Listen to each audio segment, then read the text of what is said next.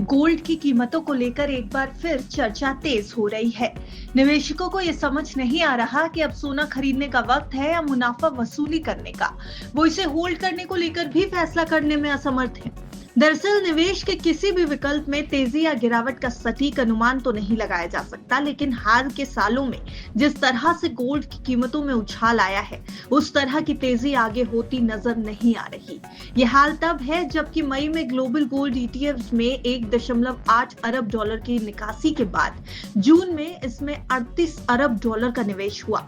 ऐसे में 2 महीनों में एकदम उल्टा ट्रेंड नजर आने के बाद ये सवाल पूछा जा रहा है कि क्या ये चमक आगे बनी रहेगी। इसका जवाब तो किसी के पास नहीं है, लेकिन बीते महीने 28% फंड मैनेजर्स ने लॉन्ग पोजीशंस खत्म कर दी, जिससे 2019 से चल रही गोल्ड रैली के रुकने का अब संकेत मिलने लगा है।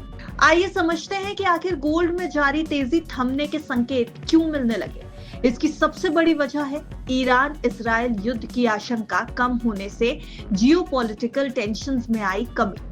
अभी तक महंगाई में बढ़ोतरी के डर से दुनिया भर के सेंट्रल बैंक तेजी से सोना खरीद रहे थे, लेकिन अब महंगाई ना बढ़ने का भरोसा मिलने से ये खरीदारी रुक सकती है, जो गोल्ड की कीमतों में तेजी आने से रोकेगी। आइए आपको बताते हैं कि गोल्ड की कीमतें आगे किस तरह से बढ़ने की संभावना जताई जा रही है। देखिए, जानकारों के मुताबिक गोल्ड के दाम फिलहाल 95,500 से 98,500 रुपए प्रति 10 ग्राम के बीच है और इनके आने वाले समय में भी इसी रेंज में बने रहने के आसार नजर आ रहे हैं।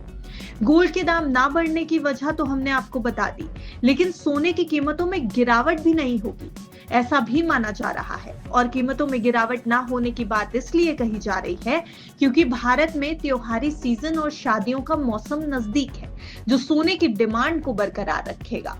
ऐसे में लोग ज्वेलरी और कॉइन्स खरीदेंगे और गोल्ड की डिमांड को बनाए रखने में मदद मिलेगी। अब अनुमान है कि अगस्त सितंबर में इनकी डिमांड में बढ़ोतरी होगी और अगर कीमतों में गिरावट आएगी भी तो ये 5% से कम की होगी। ज्वेलरी के साथ ही इंडस्ट्रियल डिमांड में भी बढ़ोतरी होने के आसार हैं और अनुमान लगाया जा रहा है कि ज्वेलरी की डिमांड 30%, जबकि इंडस्ट्रियल इस्तेमाल के लिए गोल्ड की मांग में 50% की बढ़ोतरी होगी। यानी ये डिमांड मिलकर कीमतें तो नीचे नहीं जाने देंगे।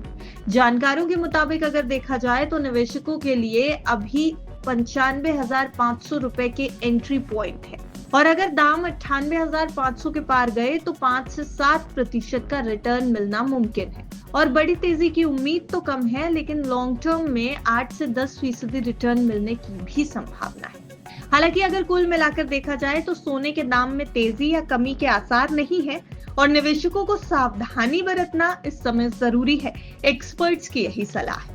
ये पूरा वीडियो हम आपको ये भी बताते चलें कि सिर्फ आपकी जानकारी के लिए बनाया गया है।